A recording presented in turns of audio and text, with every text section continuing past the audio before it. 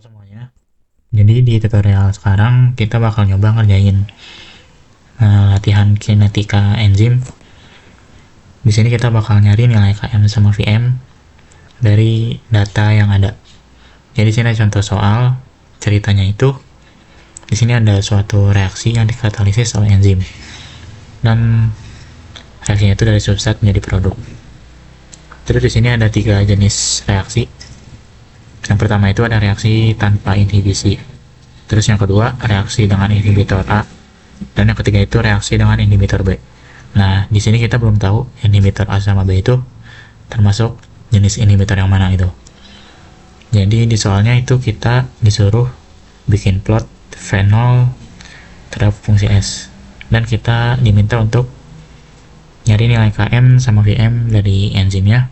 Dan kita mau nyari si inhibitornya itu jenisnya apa, yaitu termasuk inhibitor kompetitif kah, atau non kompetitif kah, atau misalnya unkompetitif. Nah, di sini kita bakal nyelesain pakai 2 metode. Yang pertama itu dengan regresi linear pakai line waver. Terus yang kedua itu pakai metode regresi non linear, itu pakai solver. Sekarang kita bakal nyoba pakai regresi linear dulu. Jadi di sini ada datanya, ada substrat, terus ada kecepatannya atau laju reaksinya. Nah, kita bakal pakai metode line waver dulu.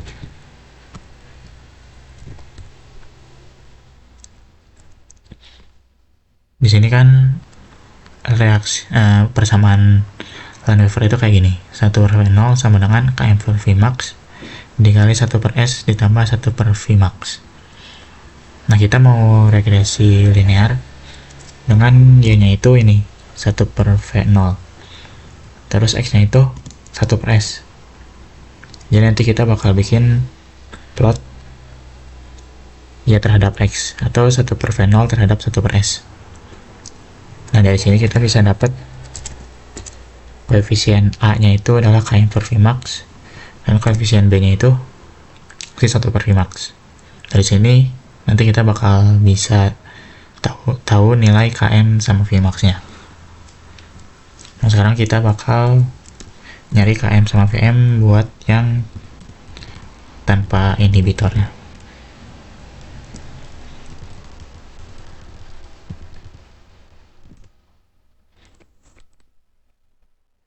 Kita copy dulu datanya.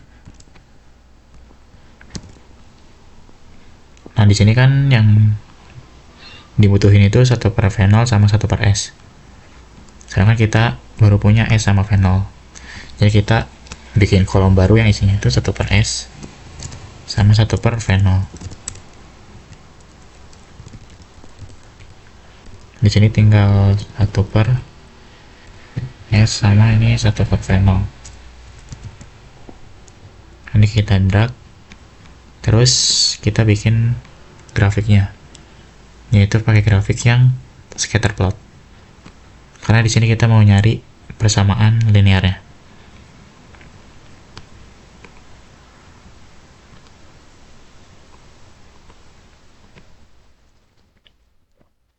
Di sini udah ada plotnya. Terus cara munculin persamaannya itu adalah kita klik tanda panah, terus di sini ada trend line. Kita checklist. Di sini kan ada muncul garisnya. Terus kita klik tanda panahnya, terus more options.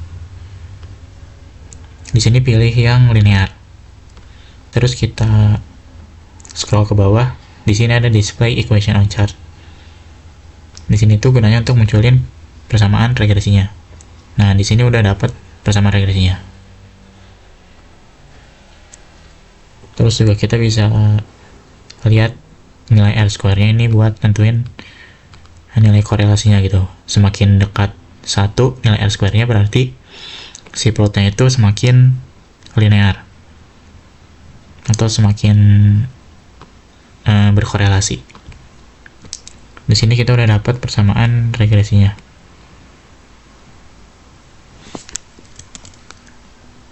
Kita copy ke sini. Nah, di sini kan ada Y sama dengan AX plus B. Mirip kayak gini. Y sama dengan AX ditambah B. Berarti nilai A-nya itu 0,3017 atau koefisien si X-nya. Terus nilai B-nya itu yang konstantanya, 0,0987.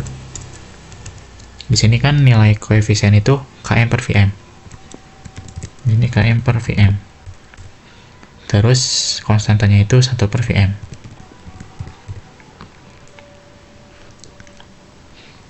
Dari sini kita bisa nentuin nilai Vm, yaitu dari yang si B ini.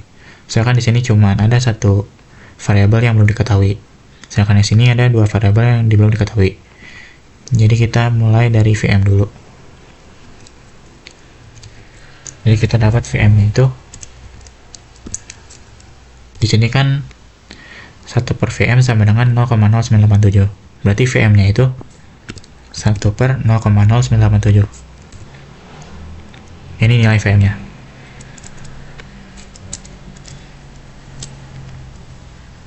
Sekarang Vm-nya udah dapat, kita bisa masukin ke sini. Jadi yang belum diketahui tinggal nilai Km kan. Jadi nilai Km-nya bisa diketahui. Jadinya Km sama dengan di sini kan 0,3017 sama dengan Km per Vm. Berarti Km-nya itu sama dengan 0,3017 dikali Vm. Jadi 0,3017 dikali Vm. Vm-nya itu ini. Nah, di sini kita udah dapat nilai Km sama Vm-nya. Ini buat yang tanpa inhibisi. Sekarang kita mau nyari yang inhibitor A.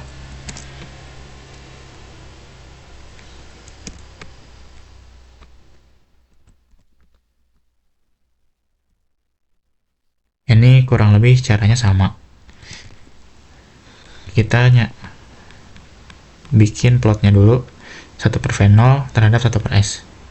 Di sini 1 per S, ini 1 per V0. Di sini yang inhibitor A, jadi 1 per VA. Ini harusnya sebenarnya 1 per V0 A.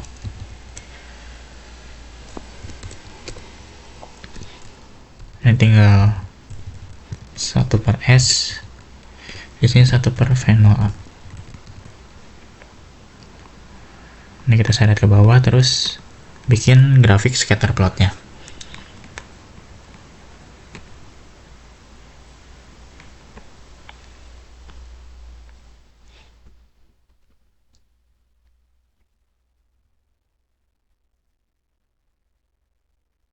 Terus ini kita pilih trendline,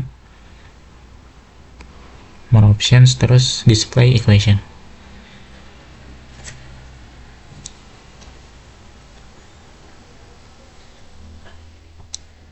Di sini kita dapat persamaan regresi linearnya.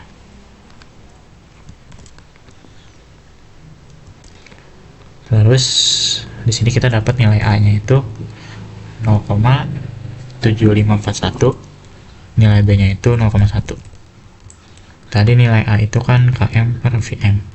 Nah, tapi karena di sini inhibitor atau inhibition, jadi Km-nya itu bukan Km biasa, tapi Km up.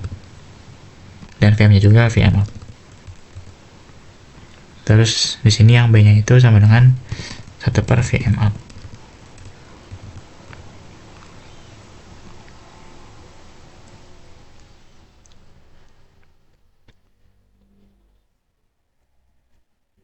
Terus kita bisa dapat nilai Vm up sama Km up.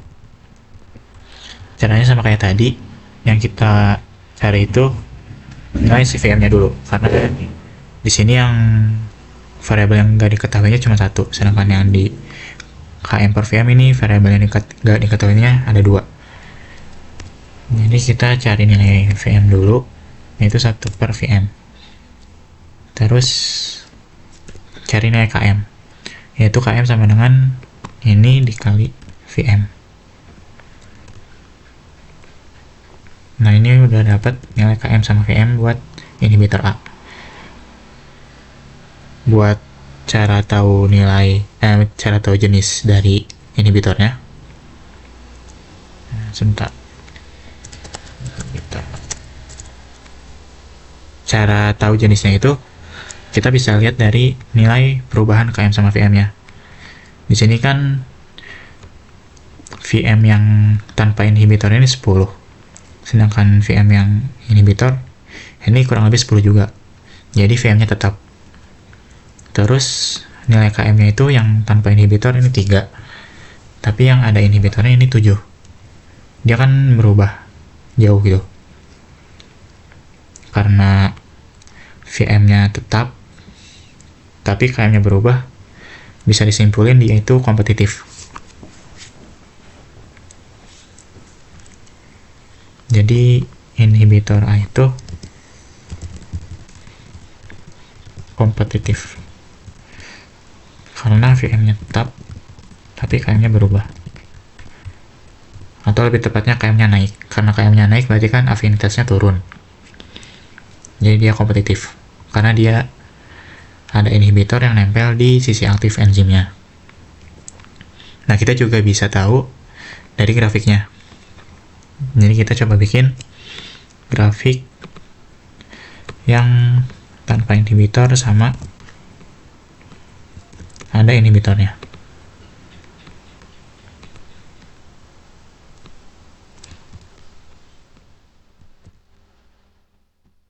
Sorry, ini harusnya yang 1/nya.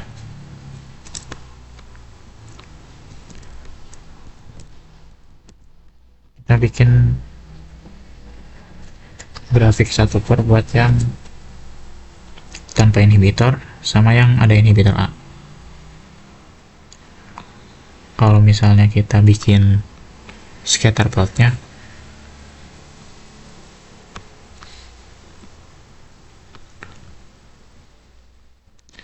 di sini kita bikin trendline-nya sama. Nah, tapi kan buat cara tahunya itu kita harus lihat titik potong si dua garisnya kan. Kalau misalnya titik potongnya itu di sumbu Y, berarti dia itu Km-nya berubah tapi Vm-nya tetap. Sedangkan kalau dia itu titik potongnya di sumbu X, berarti Km-nya itu yang tetap, Km-nya sama tapi Vm-nya berubah. Nah, caranya itu dengan kita klik garisnya, terus kita ini forecast, terus backward, karena kan dia itu titik potongnya ada di belakangnya di sini. Jadi kita forecast yang backward. Ini kira-kira aja. Pokoknya sampai dia nyentuh sumbu Y-nya, sumbu X-nya. Ini 5. Ini kelihatannya kan jauh-jauh gitu. Sumbunya itu ada di sini. Jadi kita kurangi lagi. 1 misalnya. Atau 0,5. Nah, yang satu lagi juga sama. Kita forecast backward. Ini nilainya sama aja, 0,5.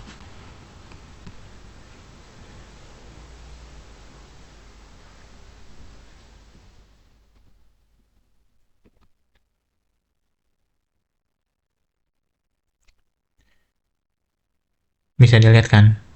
Di sini titik potongnya itu ada di sumbu Y. Karena di sumbu Y berarti Vm-nya tetap. Terus di sini kan di sumbu X-nya dia agak berpotongan. Jadi Km-nya berubah. Karena kayak gini berarti dia kompetitif. Ini juga bisa dibuktiin sama kayak ini. Dia Km-nya berubah, Vm-nya tetap. Makanya kompetitif. Itu buat yang inhibitor A.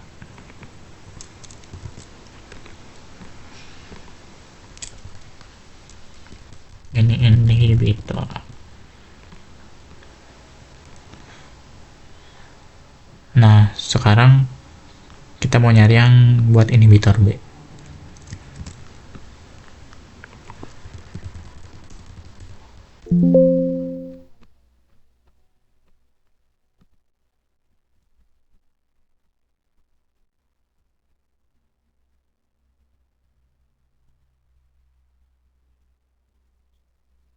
Caranya kurang lebih sama.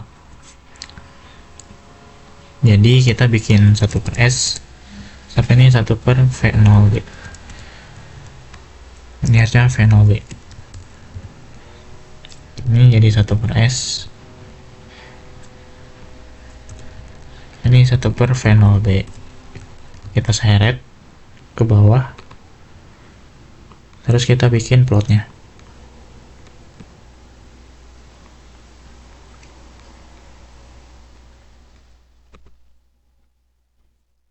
Ini udah jadi plotnya, terus kita timeline, klik panah, terus more option, terus sebentar, more option, terus ini display equation on chart. Terus kita udah dapat nilai persamaan linearnya. A-nya dapat 0,9989. Terus B-nya itu 0,3601. Jadi kan A itu nunjukin Vmax per km. Di sini B-nya itu 1/Vmax. Ini kebalik ya, harusnya km per Vm.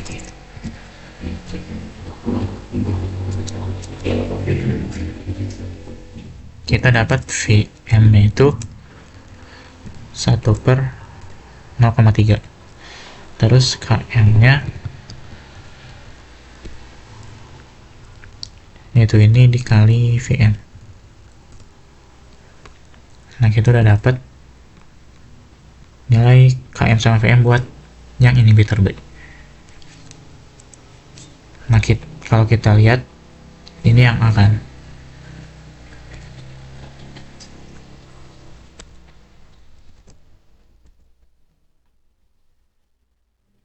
dia lihat Vm-nya itu dia tetap, terus km-nya itu dia berubah. Kebalik, Vm-nya itu berubah, km-nya tetap. Karena km-nya tetap, dia kan nggak begitu ngaruh ke afinitasnya. Sebenarnya ini nggak tetap banget gitu. Dia 3,3, terus yang ini 3,0. Tapi ya berubahnya nggak berubah jauh gitu, beda sama yang ini. Dia sebelumnya 3, terus setelah ada inhibitor A dia 7, sedangkan yang ini gak berubah jauh, jadi bisa dianggap tetap. Terus yang kedua ini Vm nya berubah, asalnya 3 dia jadi 10. Nah, bisa disimpulin kalau misalnya Km nya tetap terus Vm nya berubah, dia itu inhibitor non-kompetitif.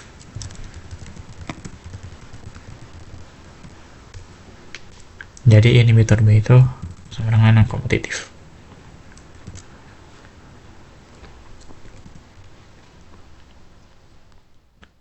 Karena dia Km-nya tetap tapi Vm-nya berubah. Kita coba bikin perbandingannya juga sama yang tanpa inhibitor.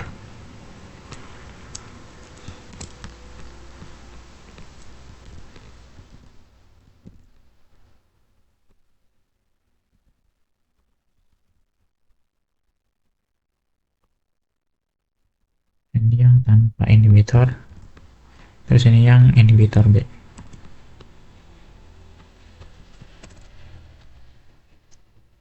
Terus kita bikin scatter plotnya.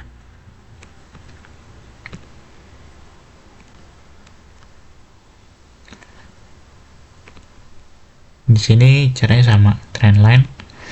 Terus kita forecast ke belakang. Ini 0,5 juga. Yang satunya juga sama.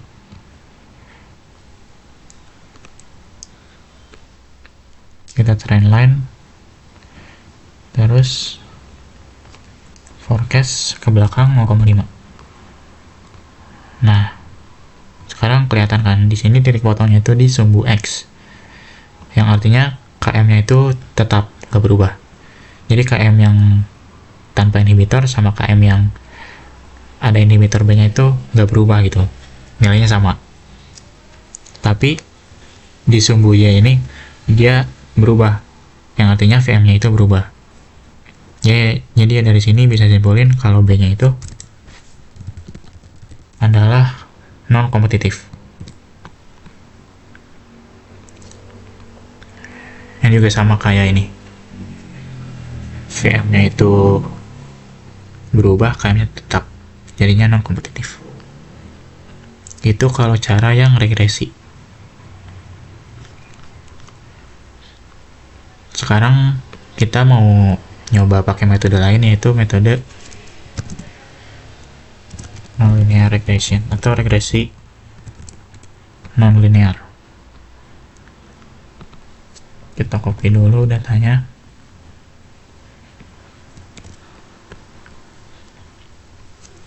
Nah, kalau yang regresi linear kan tadi itu kita pakai ini Lineweaver-Burk. Jadi kan persamaan awalnya itu harusnya V sama dengan V0 V max dikali S per KM plus S. Gini kan. Yang aslinya itu bukan linear grafiknya, tapi kita itu paksa biar jadi persamaan linear. Nah, sebenarnya ini kurang akurat gitu perhitungannya, karena kayak di materi sebelumnya ini kan ada 1 per V0, terus ini ada 1 per S. Jadi kalau misalnya errornya itu kecil, kalau misalnya di 1 per S 1 per in, misalnya V0 nya itu galatnya kecil gitu, tapi begitu di 1 per V0 dia itu galatnya justru bakal gede. 1 per S juga sama, kalau misalnya S nya itu errornya itu kecil, begitu di 1 per S in errornya bakal makin gede. Nah, apalagi di sini dua-duanya gitu, 1 per V0 itu V0 nya itu di 1 per in, S nya juga di 1 per in, jadi galatnya bakal makin gede. Itu bakal jadi makin gak akurat. Nah, cara yang lebih akuratnya itu adalah pakai nonlinear regression. Nah, sekarang kita langsung coba aja. Yang pertama itu yang inhibitor.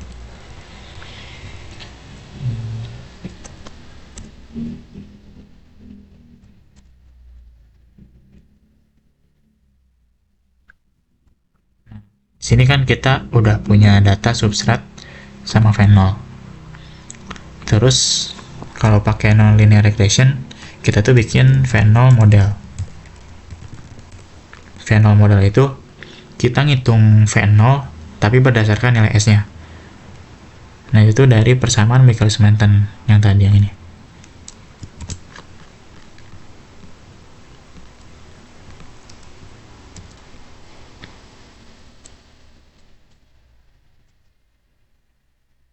Dari persamaan ini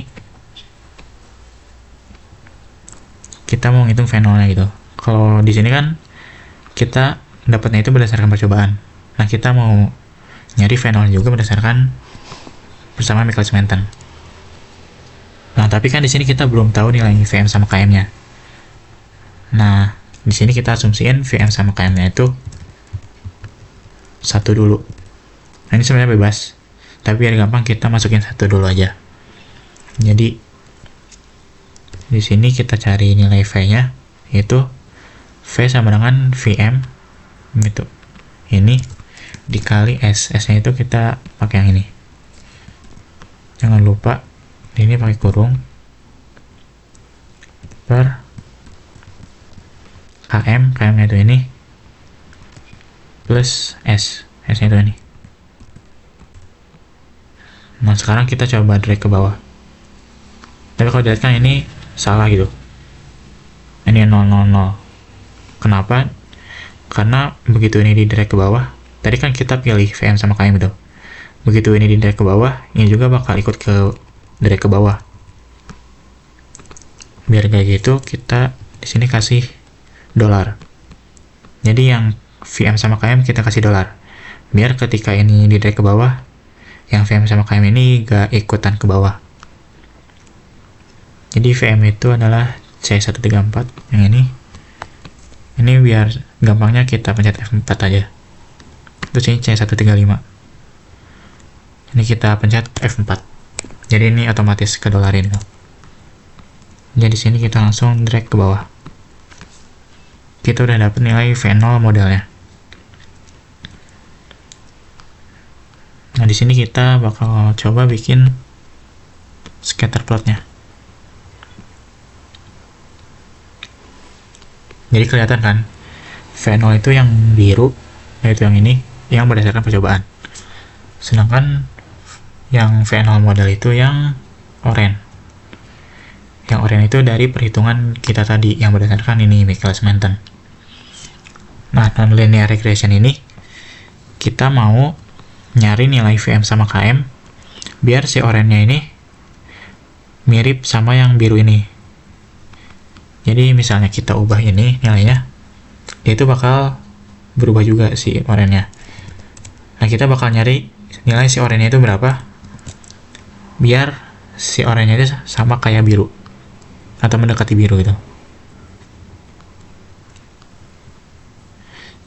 Nah, caranya itu kita cari residunya. Residu itu selisih. Jadi selisih antara V0 sama V0 model. Jadi bisa V0 kurang V0 model atau V0 model kurang V0. Ini sama aja.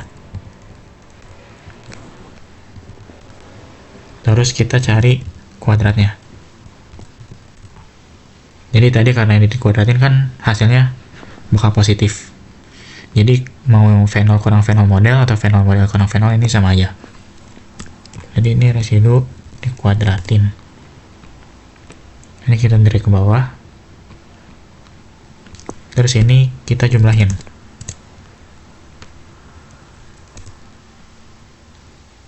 Nah, ini kita udah dapat yang namanya sum square residu atau SSR.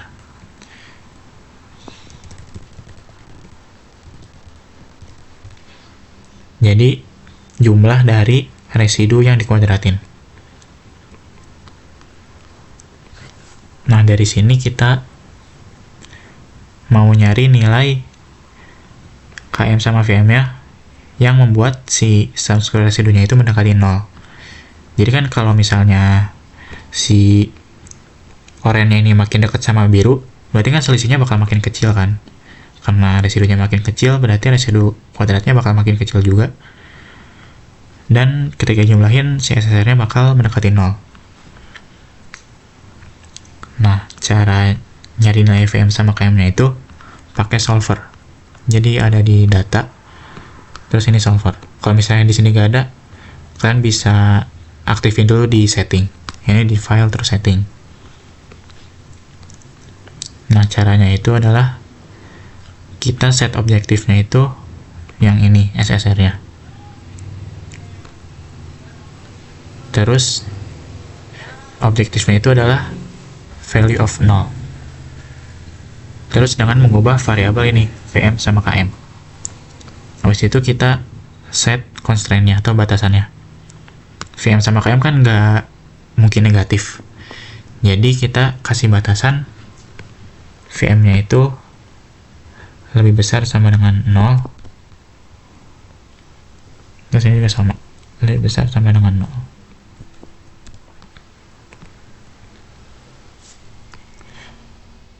Terus kalau udah dimasukin ini semua, tinggal pencet solve aja.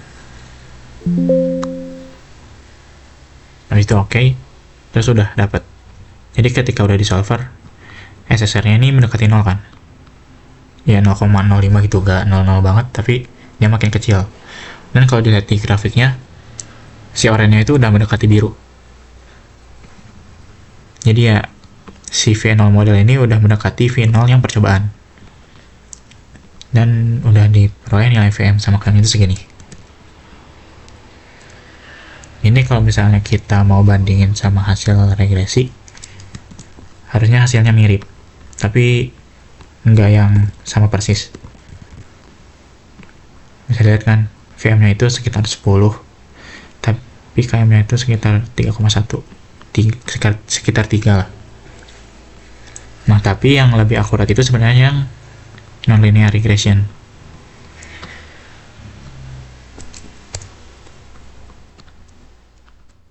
Jadi ada dua metode. Ada metode yang regresi linear sama regresi nonlinear. Ini juga bisa dipakai buat ngitung VM up sama KM up yang ada inhibitornya. Jadi kita coba.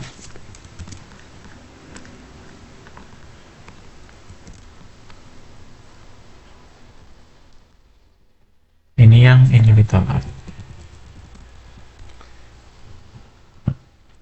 Caranya sama, kita bikin phenol A model dulu.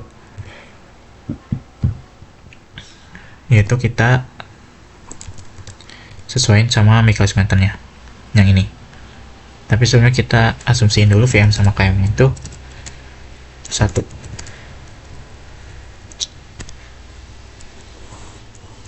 Ini tadi kan V itu sama dengan Vmax dikali S per HM ditambah S. Jangan lupa Vmax sama KM nya itu didolarin. Terus ini kita cari residunya, yaitu phenol dikurang phenol model. Terus kita cari residu square nya.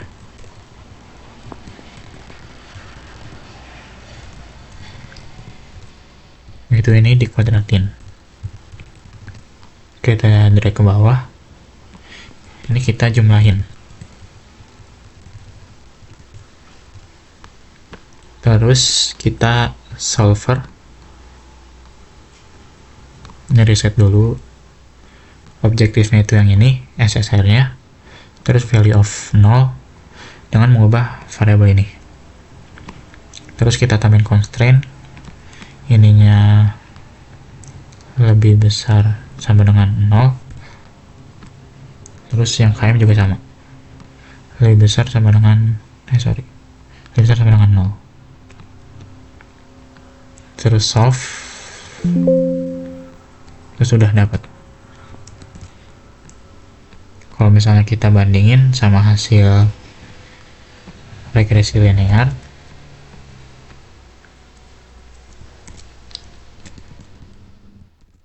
kita dapat nilai segini. Jadi FM-nya sekitar 10 atau 9 komaan. Terus KM-nya itu 7. Terus juga dari sini kita bisa dapetin jenis si inhibitornya itu. Tadi kan yang ini tuh yang tanpa inhibisi. Ini yang inhibitor A. Ini yang no inhibitor. Jadi FM-nya kurang lebih sama gitu. Terus KM-nya itu dia berubah jauh. Jadi bisa disimpulin ini itu jenis inhibitor kompetitif. Oh ya, jangan lupa karena ini ada inhibitor, ya ini VM up, ini juga KM up.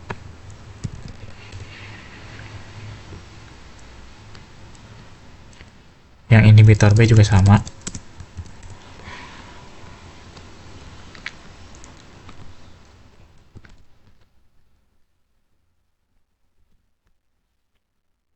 Kita bikin phenol B model, itu yang sebelumnya kita asumsiin dulu VM up sama KM up itu 1.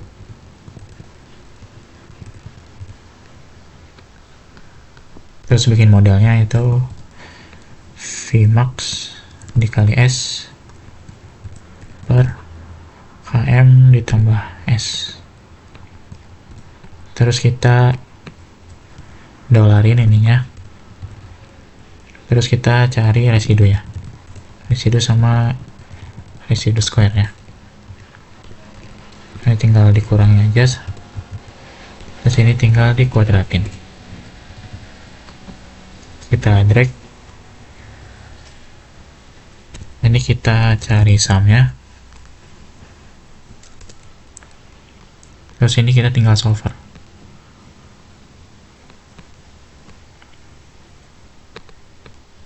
Reset dulu, terus masukin objektifnya itu ini. SSR-nya, value of-nya 0, terus kita ubah variabel VM up sama KM up. Terus kasih batasan VM up-nya itu lebih besar sama dengan 0, dan KM up-nya juga lebih besar sama dengan 0. Kalau udah tinggal solve, terus dapat ini.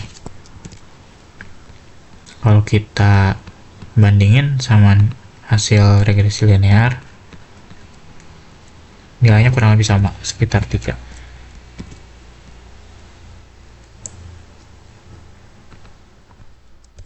Dari sini juga kita bisa nentuin jenis inhibitornya, bandingin sama yang tanpa inhibisi. Jadi di sini kan VM-nya itu dia berubah jauh dari 10 ke 3. Terus KM-nya dia tetap sekitar 3 komaan. Jadi ya bisa disimpulin bahwa ini tuh jenis inhibitornya inhibitor yang non kompetitif. Nah, kurang lebih seperti itu dulu. Oh ya, di sini kan yang dapatnya itu masih VM up sama KM up gitu. Sebenarnya ini apa sih?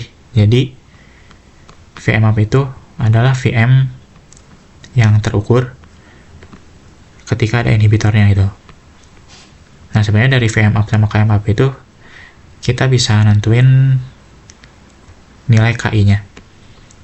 Jadi kalau dari persamaan ini bisa dilihat gitu. Kalau misalnya kompetitif, VM up-nya itu sama dengan apa, KM up-nya itu sama dengan apa. Jadi ya kita lihat perubahannya gitu. Tadi kan kompetitif itu VM up-nya itu tetap, KM up-nya itu berubah, atau VM-nya tetap, KM-nya berubah gitu. Nah, dari sini kita bisa dapat ketika VM-nya itu tetap, jadi VM up sama dengan VM.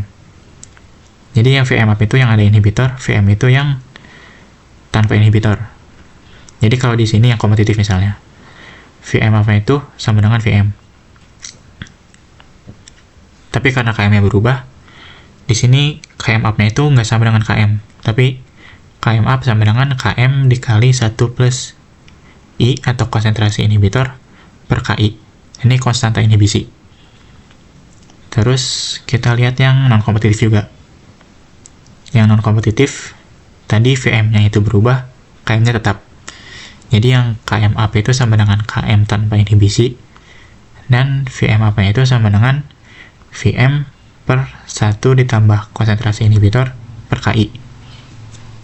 Nah, dari hubungan ini, kalau misalnya kalian tahu konsentrasi si inhibitornya, tinggal masukin ke persamaan aja. Terus, kalian bisa dapat nilai KI-nya. Jadi, misalnya yang ini tuh yang non-kompetitif misalnya, tadi yang inhibitor B. Jadi kan, kalian udah dapat nilai Vmax-nya, terus kalian udah dapat nilai VM-nya. Kalau misalnya kalian tahu nilai I-nya, atau konsentrasi inhibitor yang dipakai, kalian bisa nentuin nilai KI-nya. Ini yang non-kompetitif. Nah, yang kompetitif juga sama. Yang tadi, yang inhibitor A. Jadi kan, VM-nya tetap, tapi KM-nya berubah. Jadi di sini KM up sama dengan KM dikali 1 ditambah I per KI. Kalau disama dengan ini kan kayak gini. Jadi KM up-nya itu KM yang ada inhibitor A-nya, terus KM itu KM yang tidak ada inhibitor, yang no inhibition. Terus kalau misalnya kalian tahu nilai konsentrasi inhibitornya, atau konsentrasi dari senyawa A-nya, kalian bisa cari nilai KI-nya. Nah, kurang lebih seperti itu. Jadi intinya buat nyelesain soal ini, buat nyari data KM sama VM, kalian bisa pakai 2 metode, yaitu pakai metode regresi linear.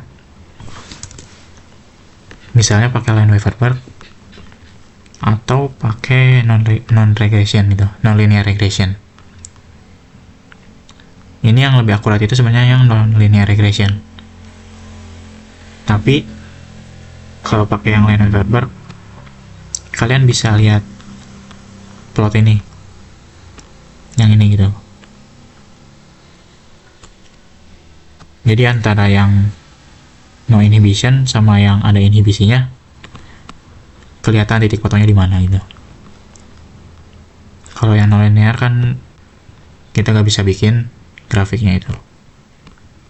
Jadi kurang lebih seperti itu dulu.